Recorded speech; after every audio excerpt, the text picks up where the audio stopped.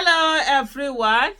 I don't know what is the problem of Nigerian police. They are always the willing tool of oppression that is used in Nigeria.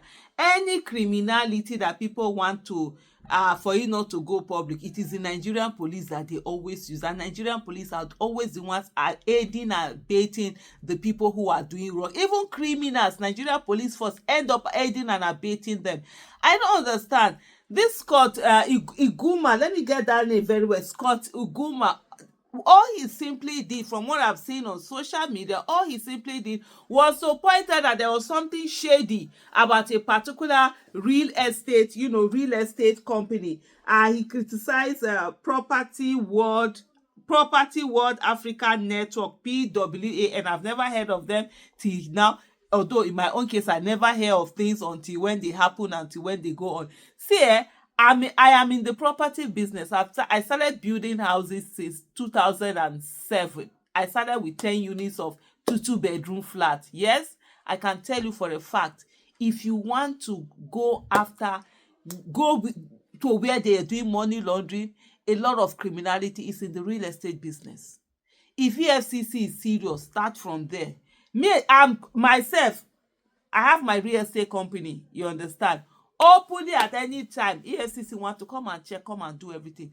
I'm in that sector. I know there's a lot of corruption in that sector, a lot of money laundering. So if you're thinking about criminality, you want to fight it, you must start from that sector and fight it. Also the businesses, because a lot of businesses are fraud. That one is for another day. So if someone is calling out a particular company, a property company, and saying that, look, this property company is doing the wrong thing, how come it is that person who is now the one who has been arrested, who is in jail, and not the people that are being accused of doing something for them, instead of police to go and be checking and ensuring that people don't get themselves, messed up. It's just unbelievable. Apart from that, also, there's also this thing. They say that the PWAN, its operation, that the Securities and Exchange Commission, that SEC, has described it just 2 months ago that it looked like a Ponzi scheme.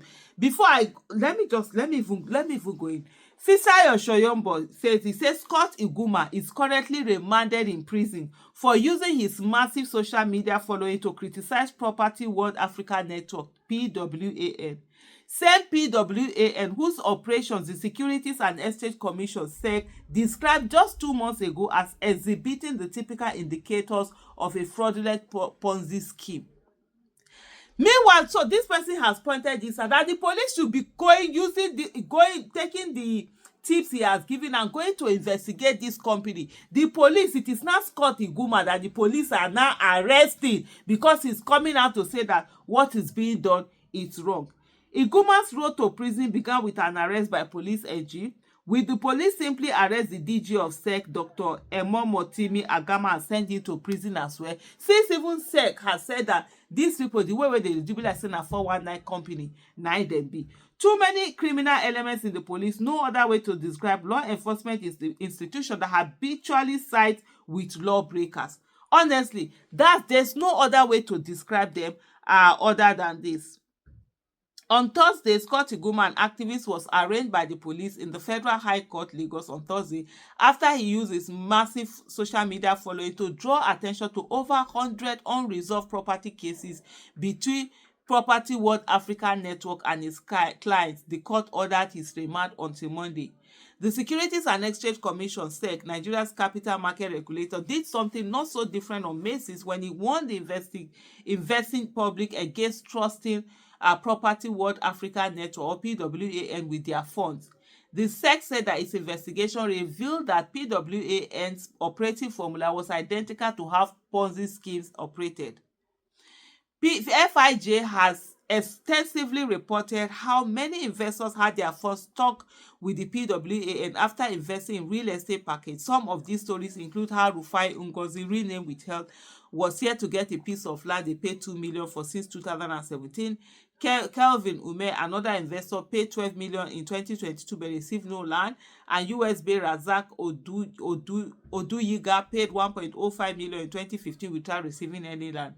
The public notice came as a rightful recognition of these investors' troubles and warnings for potential subscribers to avoid risking their hard-earned money. So an institution as SEC has come out to say that this looks like a Ponzi scheme, and then an individual who is pointing out and probably talking about the plight of the people who had been unfortunate to have invested here and gotten their money stuck is the one that the Nigerian police is now carrying on.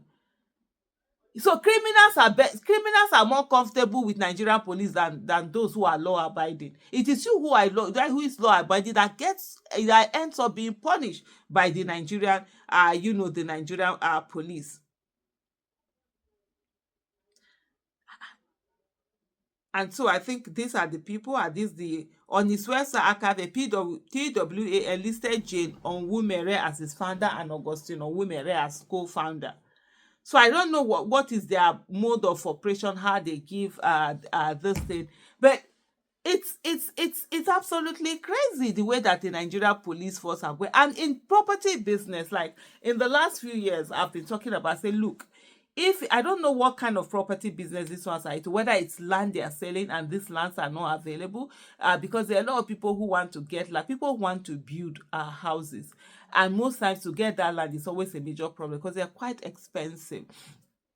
And so we try to get estate. When estate have gotten this thing, they will sell this land in smaller portions and the citizens are able to buy.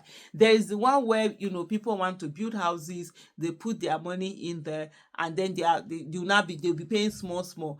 That anybody that is involved in that, there's going to be a major problem, because in the last 3 years, 2-3 years, the cost of property materials have tripled, some of them quadrupled. So the house that they told you before you were going to complete for 25 million, I can tell you now that house is about 75 million that will complete it. Yes, because I can tell you myself, I'm building. We're always building. In short, I said to my husband, I said, I don't tire to even build house again because I want to enjoy my money. Small this is every investment, every small money a person gets, they put that for 1 month. I don't tire. I don't want here again. Even if say you don't tire, fingers crossed. Hopefully we are not taking on another major project again. Let's rest. Let's calm down and rest and enjoy this. But on a more serious note, things have quadrupled. I know I did some video that time. Was it last year or so or there about whether 2020? I said, look, if you have anybody that you've got into this kind of arrangement with, where you've told the person, you're going to pay so amount for a building, go back to that person and renegotiate.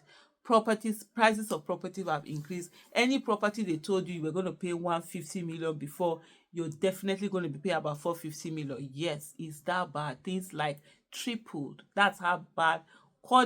Prices tripled in a lot of areas. In 2017 now, or 2017, I think, or 2018, but I think 2017, I registered a property company for estate. That I would really wanted to do business of estate building, because people need to get houses. For me, it's one of the things that I love so much. In 2010, if I can just oh my goodness, if I could just maybe check here. I don't know where that particular, I had a particular book where I wrote, this thing. It's not here. If it was here, I would have showed you, would have seen. Oh my! It's not in this. I think I took it to my bedroom. I had this book that I wrote, where I think it was on my property when I started property. There's a goal that I set. I think that was 2010, and my goal was that I wanted to be building. Is it 12 houses or something is it 12 or 72? I can't remember now. That Nigerians can afford to buy. So it's always been my goal for the last more than 15 years. I've always let me be able to have opportunity to build houses that are affordable, that people can buy and live in. So in 2017, when I started that a property company, I registered it estate. My belief was that let's do something like Asusu, where people, this one that people will be joining money together. At the end of the day, a year or two, we just put them in group, and then you can take a house. By the time I finished calculating it and doing everything, and looking at the prices and how long it would take for people to pay off, It's either I lock that money up in dollars, it will not work because inflation. And thank God for me. They would have been dragging me now and saying that I ate people's money. And so when I saw that car, if I leave that thing in naira, there might be a problem with inflation. I just stopped. I didn't do it again. After this thing happened, I'm like, they would have been saying Aisha Yusufu chop people's money, did this or did that. But anyway, sha, that's one of it. But anyway, back to the subject matter. I don't see a reason why Nigerian police would be arresting those who are pointing out criminalities rather than the people who are being accused of the criminality.